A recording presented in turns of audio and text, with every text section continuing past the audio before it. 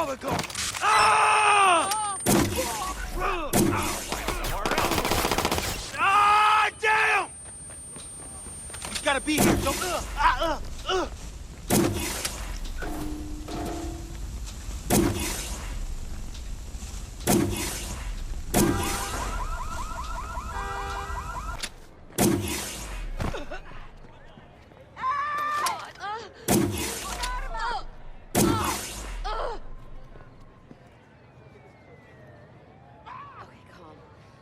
Not my problem.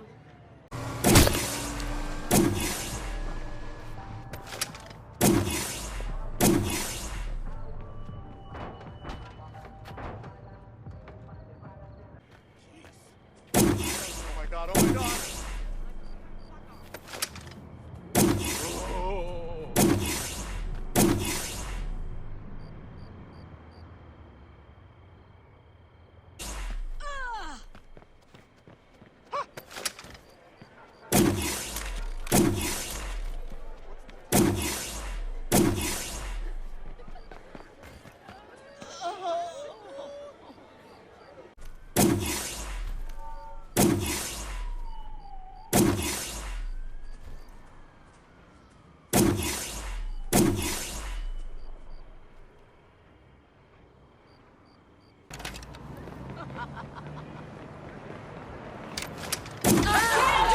Stay down!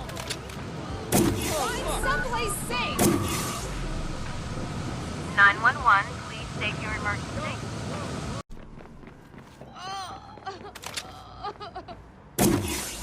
You can't just wave that thing around. Someone will get hurt.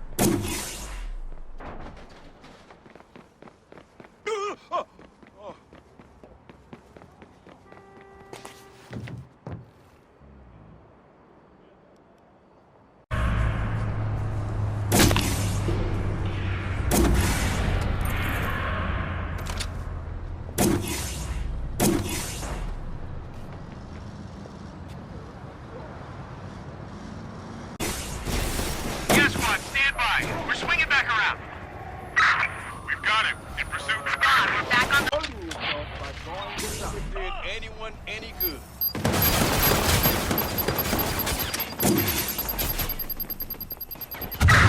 Squad, we have eyes on the suspect and are in pursuit.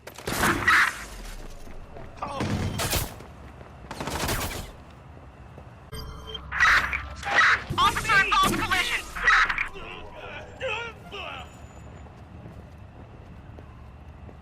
Going to ground. Be advised, a patrol van's been sent to the suspect's location.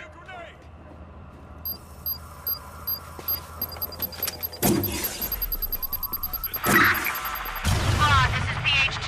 Please confirm clear skies. Squad, we have your suspect. Send ground units to our location. Over. Drop the weapon and Get get up behind now! something!